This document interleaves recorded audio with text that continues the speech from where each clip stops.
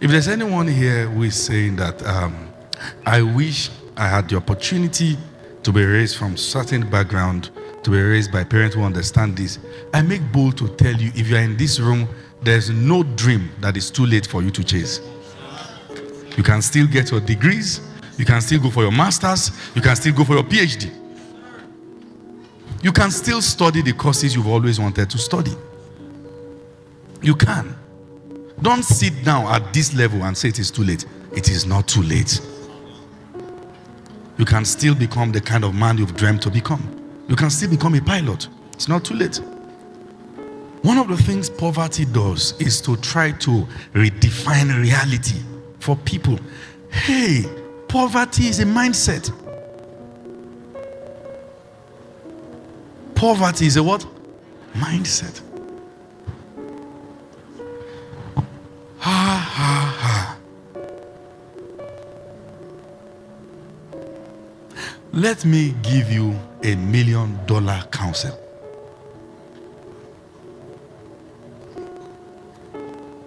We don't give out our... No, we won't. As much as it will do you good, the world uses as a tool against us. So we will not give it out. For instance, you have an organization. You have money that you can use to facelift your reception and your office. One of the signs of poverty is you keep saying, I'm not going to waste the money. Because anything that does not bring immediate cash, you say is not necessary. Poor people believe in instant gratification.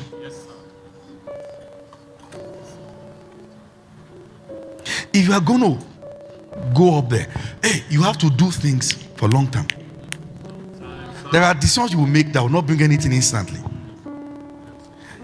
When you go to airport, how much does it cost to go to the private lounge? Most places 5,000, 3,500. Those who are outside, don't they have the money? They do. It's the mind. They don't feel it's more expensive.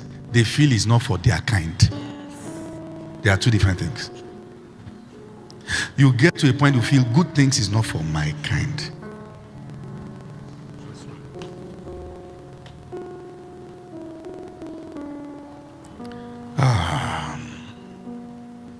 Are you there?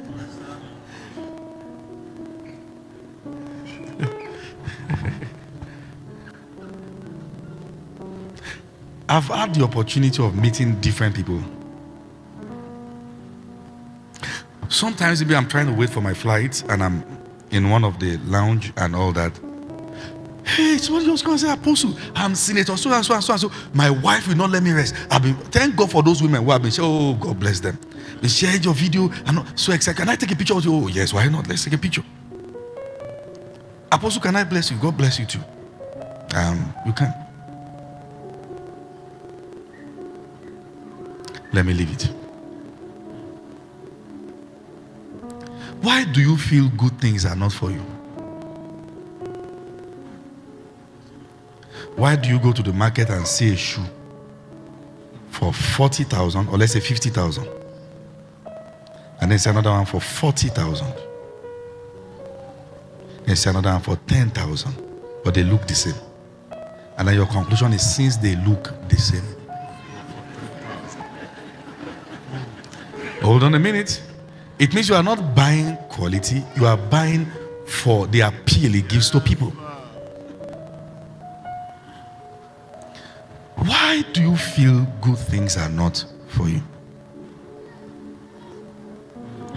It's the construct. It is still, what I'm saying now is happening to the church. Certain things is not for Christians. Then the same church will come back and pray. God touch their mind. That the church is not about to have influence. No, we should not do all those things. Then God touch their mind. When a phone call can get it done. Something is wrong with this model we are running with. We need to adjust it. We need to work on it.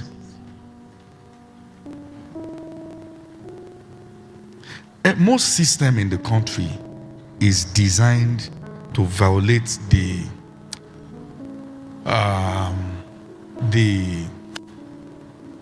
There's a word I want to use. Some customer reps are saucy. They don't feel there's anything important about you.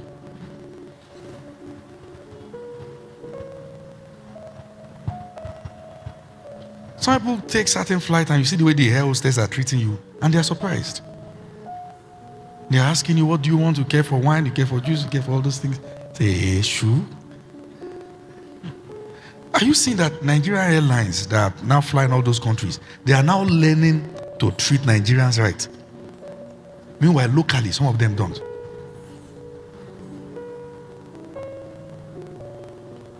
We don't treat people right for economic reasons. We treat them right because we know who they are. We respect people.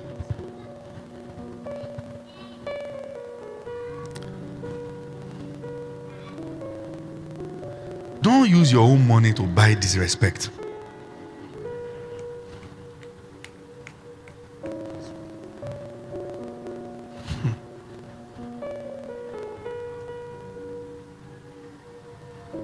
Get out of that mental barrier. Okay. Look up. Look up. Look up. Look up. Look up. Look up. Wake your neighbor. Say, wake up, wake up, wake up, wake up. No, tap the neighbor. Tap the neighbor. Wake up, wake up, wake up, wake up, wake up. Hey, let me tell you this. There are certain things that if that is all you see, you cannot have competitive edge with the world. You can't.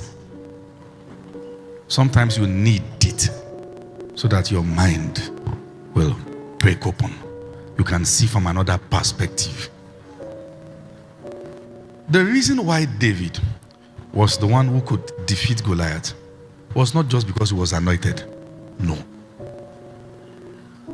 Hello. That was not the reason why David defeated Goliath. David defeated Goliath because whatever it was the rest had been hearing for the 40 days, he didn't hear it. So it did not have the mental limitation and the mental construct they had about Goliath. Sometimes to break it, you have to be far from it. You cannot be hidden inside part of the problem every time. You will be too informed about the problem. You can't end it. So when David came, what he was concerned with was what will be done for the man who kills this Philistine. So this is when his brother began to rebuke him and say, "We know you are an insubordinate boy." He left them. He left them. He said, "It's because of this mindset. That's why you can't be celebrated. That's why you're not champions." He went again to ask questions. Are you seeing that now? You have to get out from the environment that communicates limitations. You have to leave the environment where that is what they speak, that is what they see. Don't be too traditional in your approach. The one who will break barriers must be far from it. There are problems once you are too wrapped in, you can't end it. You are too conscious. Oh, in my family, people don't successfully marry. Oh, in my family, they used to die young. Oh, in my family, they detach yourself from those information. Detach yourself. Break it. Stop thinking like them. Don't allow yourself to be limited. Stop. The devil communicates transgenerational limitations through words. Sometimes you have not even seen the problem, but people have told you about the problem.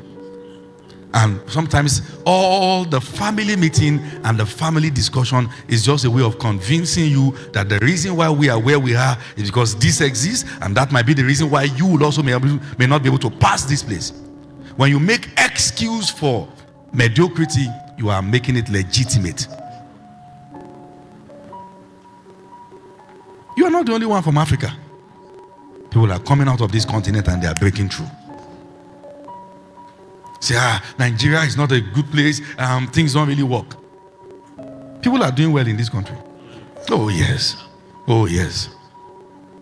Nothing is expensive. It's your economic power that determines what is expensive or what is cheap. Okay?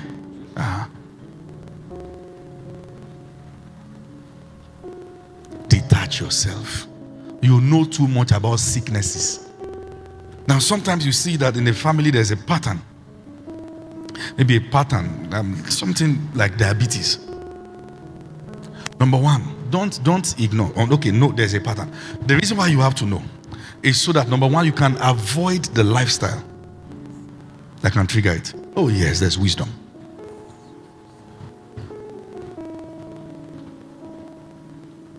You want to live long, it's not a reward. Prepare your body for the journey ahead. Drink water, exercise. Okay? Confess the word. Avoid the things that kills you bit by bit. Know what somebody with your blood group should avoid. Learn all those things. Go for medical check. I do medical check every time. Yeah, post you go for medical check. Oh yes, I do. Oh, you want to see now, you not do it.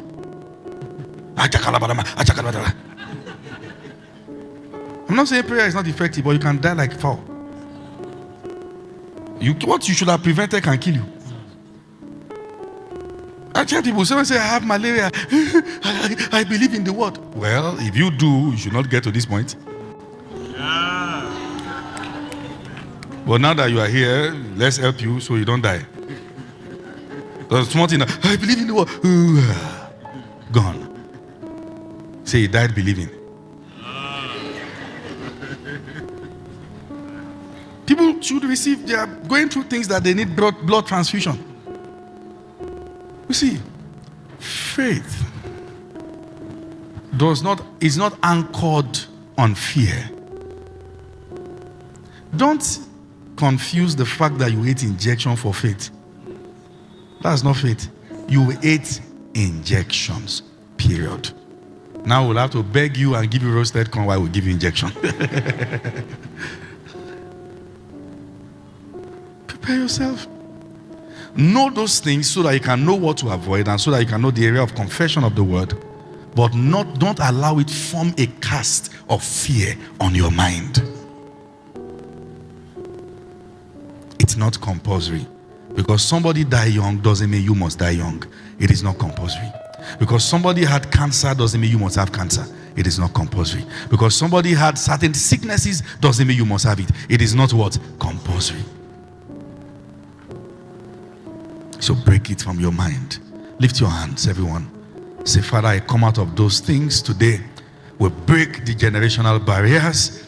I break every limitation of smallness, of poverty, of lack. I break it. I am different. I am different. I am different. I am different. Now hold on a minute. Some of you, it took a while before your father built his first house. And some till now he has not built. You will break it. At a very young age, you would have gone farther than that. Hey, don't let their limitation form a cast in your mind. You will break it. It took a while, and maybe the first time anybody bought SUV in your family, and it is an SUV that was 10 years before the year they bought it. Everybody rejoiced, and no, you are going to break that nonsense. You will come out. God is going to use you to change narratives. Your children will not have to suffer the things you have suffered. They will not have to go through the things you have gone through. God will use you to adjust the balance in the family. There is a generation rising that is thinking differently, seeing things differently. They are the give me this mountain generation. Oh yes, there's a generation demanding for the mountain. Say, we are well able to take the mountain. We are well able to go forward. This might be the reality of the family, but not my reality. I am changing the narrative.